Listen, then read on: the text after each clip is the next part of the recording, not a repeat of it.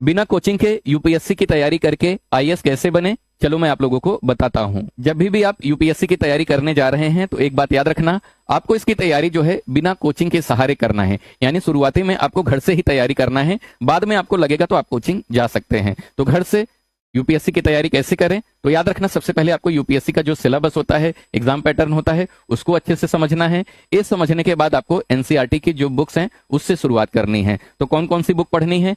History, geography, polity class 6 से लेके 12 तक, साइंस क्लास 6 से लेके 10 तक, ठीक है। तो शुरुआत आपको एनसीईआरटी से करनी है और जो भी पढ़ा है उसी का आंसर राइटिंग प्रैक्टिस आपको करनी है। हफ्ते में याद रखना 4 से 5 आंसर आपको लिखना है। कितने शब्दों में लिखना है? 150 शब्दों में शुरुआत करिए। आपका आंसर गंदा होगा कोई फर्क नहीं पड़ता है, आप लिखना शुरू कर दीजिए और जो भी पढ़ा है उसका मल्टीपल चॉइस क्वेश्चन यानी एमसीक्यू सॉल्व करना ना भूलें। और उसके साथ साथ आपको रोज न्यूज़पेपर पढ़ने की आदत डालनी है। किसके लिए? करंट अफेयर्स के लिए। तो न्यूज़पेपर कैसे पढ़ना है? जो भी आपने लेसन पढ़ा है उससे रिलेटेड जो भी आपको न्यूज में आर्टिकल दिख जाए उससे आपको पढ़ लेना है।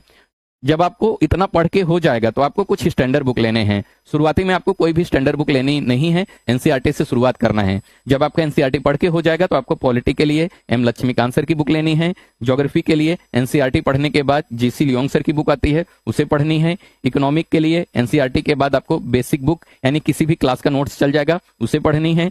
हिस्ट्री के लिए स्पेक्ट्रम की बुक आती है, उसे पढ़नी है। और एनवायरमेंट के लिए शंकर आईएएस की एक बुक आती है, उसे पढ़नी है। इतना अगर आप घर से प्रैक्टिस करके जाएंगे तो यकीन मानिए हो सकता है कि आप घर से ही यूपीएससी को क्रैक कर जाएंगे।